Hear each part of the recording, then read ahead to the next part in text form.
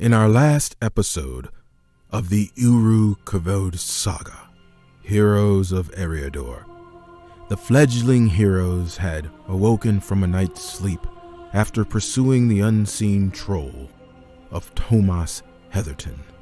Salith of Rohan, however, had been so disturbed by the previous night's visions of shadows on the landscape, at least shadows she believed she had seen, that she found herself tired and drowsy that day.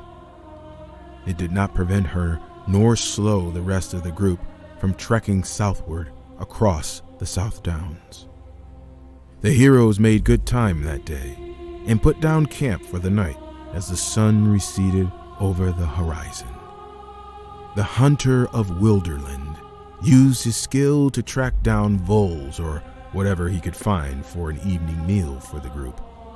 It was during his hunt that he spotted the huge silhouette of a figure nearby.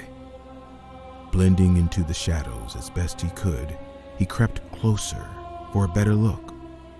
It was then he saw the group's quarry, the old troll, sniffing the air. The hunter stood still, not wanting to alert the beast with any sounds. Satisfied by its senses, it loped off into the night. Finishing his hunting expedition, the hunter informed the group of his encounter as the hobbit Philip Thornbottom of Bree prepared their meals. They were close, and it wouldn't be long before they would be upon the beast. The next day, the company found themselves climbing into the stony hills of the South Downs, a monotonous, rolling landscape where each pile of shale and scanty grass hid another dozen hills, all alike. They discovered that the paths in that part of the world were treacherous, ending suddenly in box canyons and loose stones threatening to twist ankles or trap their feet. The new unforgiving terrain slowed them down, and the time they thought they had suddenly doubled. As they continued, night fell and thick mist rolled in over the South Downs from the west. Deciding to push on, the mist became thicker, swirling around them. Within moments, they realized they had all been separated. Time they should have spent tracking their target was now lost, searching for one another. After some moments, the group reunited, except for Thomas Heatherton, who had disappeared into the thick fog.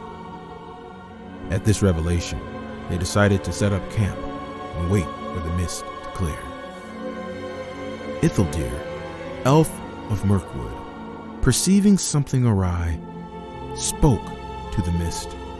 It told him it had been sent.